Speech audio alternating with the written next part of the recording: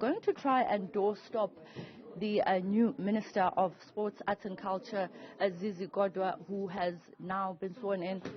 My apologies, you are live on Newzroom Afrika. Your reaction on being sworn in as the new Minister? Well, I'm overwhelmed by the responsibility that comes with being the Minister of Sports, Arts and Culture and Heritage. As you know, the issues of arts and culture are the hallmark of which defines any nation. We are entrusted with heritage and the national symbols, and therefore we take that work quite very seriously. We will be working with all stakeholders to make sure that we play our part. Government as an enabler will make sure that both the sector as an economic driver, but also contributing and creating jobs, primarily for young people. It's only when we work together with everybody in the sector, all different branches of the sector, to make sure that we achieve that objective. Minister, you're not new. Your face and your work is known in the presidency, and opposition parties have criticized the president for recycling his cabinet and also bloating his cabinet. And just overall, the appointments that he has made has received a lot of criticism, even from ordinary members of the country. I think people have got a right to make comments. Political and opposition parties have got a right to make comments. And I don't think we should be condemn them for making those comments. I'm new. I hear you say I'm not new. I'm new in the position. I've never been a Minister of Sport before. Yes, correct, I've been around. The President looks at what needs to be achieved, to be done first, and then look at what positions or tasks that must be allocated for that which must be achieved can be achieved.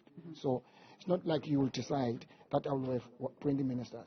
And yet the kind of a blend program you have, for an example, the crisis we have now is load shedding, and the commitment we have is to end load shedding. What does the President respond to that?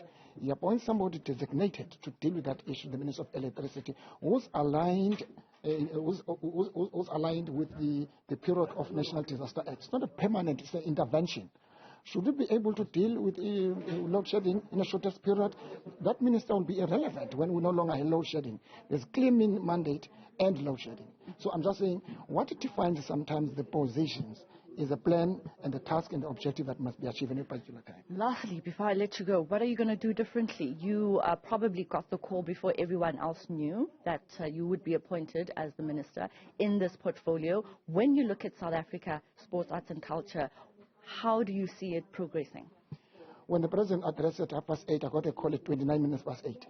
So I don't think I would have been the first one. I think probably I was the last. There's a lot that has gone, that needs to be done better to improve sport development in the country. Firstly, in the far-flung areas in terms of rural sport and infrastructure, if you look at sport infrastructure general and recreationally, in the townships, we used to have swimming pools around areas of Cape Flats. How do we use sports, arts and culture to deal with issues of GBV, for example? And I think that role has not been defined. And therefore, to mobilize all sectors around these particular issues, it may just be important. And that work has begun. We will follow up on the work that has already been done.